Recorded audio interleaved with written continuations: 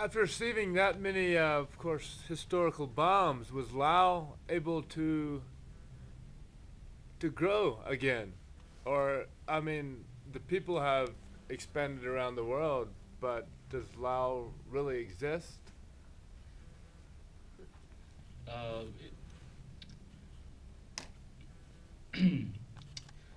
the only thing I can tell you right now is that even though the wars is over like over 30 years now, and the Laotian children still lose their arms and legs, still being killed every day in the northern part of Laos because so many of those bombs were dropped and and many of them was not even exploded yet. Is that answer the question? Yes. And no one even, uh, still this government uh, didn't want to, still they didn't do anything about it yet.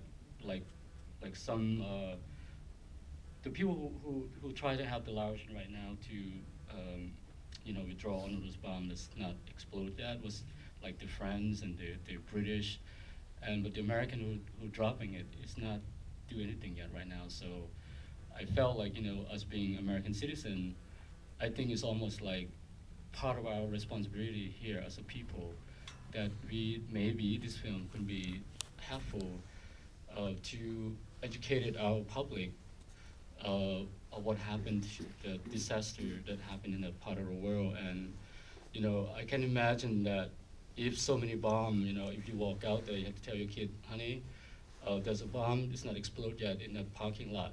I wonder how we're gonna feel about that. And I hope this film would educated our publics. The other thing that everybody should know is that we waged a secret air war in Laos, and the American government still hasn't admitted to it.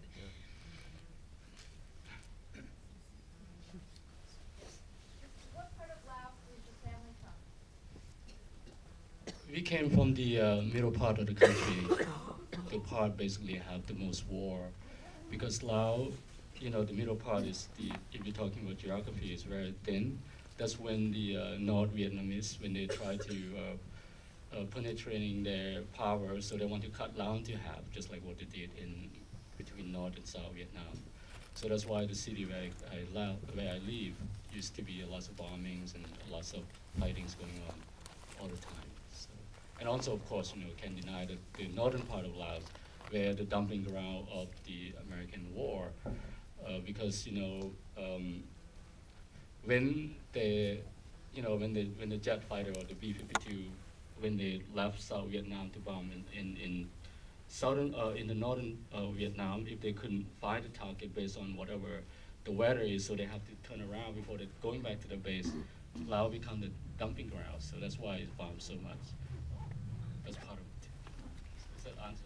Yeah, ironically, one of the people who came to work with us momentarily told that she happened to discover that her uncle was one of the pilots that went over Laos, and he said jokingly that he used to use people for targets, for bombing targets. He would do it as a game, and so it just sort of gives you the idea of the tone of what was going on over there at the time. It was, largely unsupervised by the American public.